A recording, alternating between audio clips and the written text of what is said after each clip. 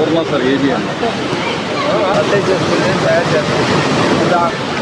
69వ gate.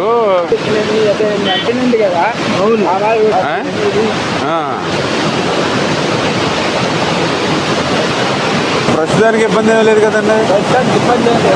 ఇప్పుడు మన gate ఇప్పుడు దిగేది ఇది దిగిపోతాయి.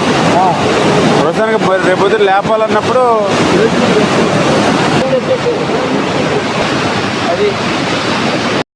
దాన్ని ఇప్పుడు దీని మీద ఉండి కొద్దిగా లైన్ చేస్తే సరిపోతుంది. అది ఇది రెండు ఇంకోటి మొత్తం 3 ఉన్నాయి.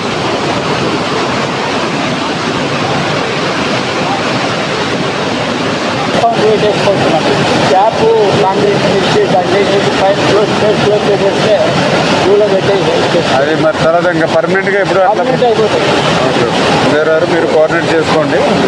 అప్పటికి ఎల్లుండికి మన గేట్లు ఎక్కించి ఉంటాయి, అది కూడా తగ్గుతుంది కాబట్టి ఆ పడవలు లాగేది పని కూడా ఇంక ఎల్లుండి పెట్టుకోవాలండి బయట. ప్రకాశం బ్యారేజీ అంటే ఇది తెలుగు జాతి ప్రజల ఆస్తిది. అందులో కూడా పర్టికులర్గా టంగుటూరి ప్రకాశం పంతులు గారు పేరు పెట్టుకున్నటువంటి బ్యారేజ్ ఇది. లక్షలాది ఎకరాలకు సాగునీరిస్తూ లక్షలాది మంది ప్రజల దాహార్తిని తీర్చేటువంటి బ్యారేజ్ ఇది.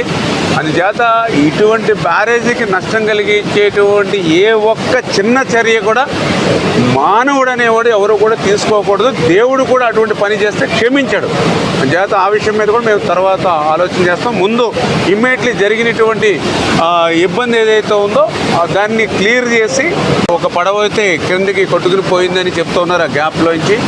మిగిలింది కూడా ఏంటనేది కూడా మనం ఎంక్వైరీ చేసుకుని దాన్ని కూడా పడవలను తీయడానికి కూడా ఏజెన్సీని కూడా ప్రమోట్ చేసుకుని ఇప్పుడు ఆల్రెడీ 11,40,000 క్యూసెక్ల వరకు కూడా ఇప్పుడు వాటర్ ఫ్లో ఉంది. కాబట్టి రేపటికి కొంచెం తగ్గుముఖం పడుతుంది, ఎల్లుండికి ఇంకా తగ్గుముఖం పడుతుంది అనేది మాకు ఉన్నటువంటి ఫోర్కాస్ట్ ద్వారా అంచనా ఉంది.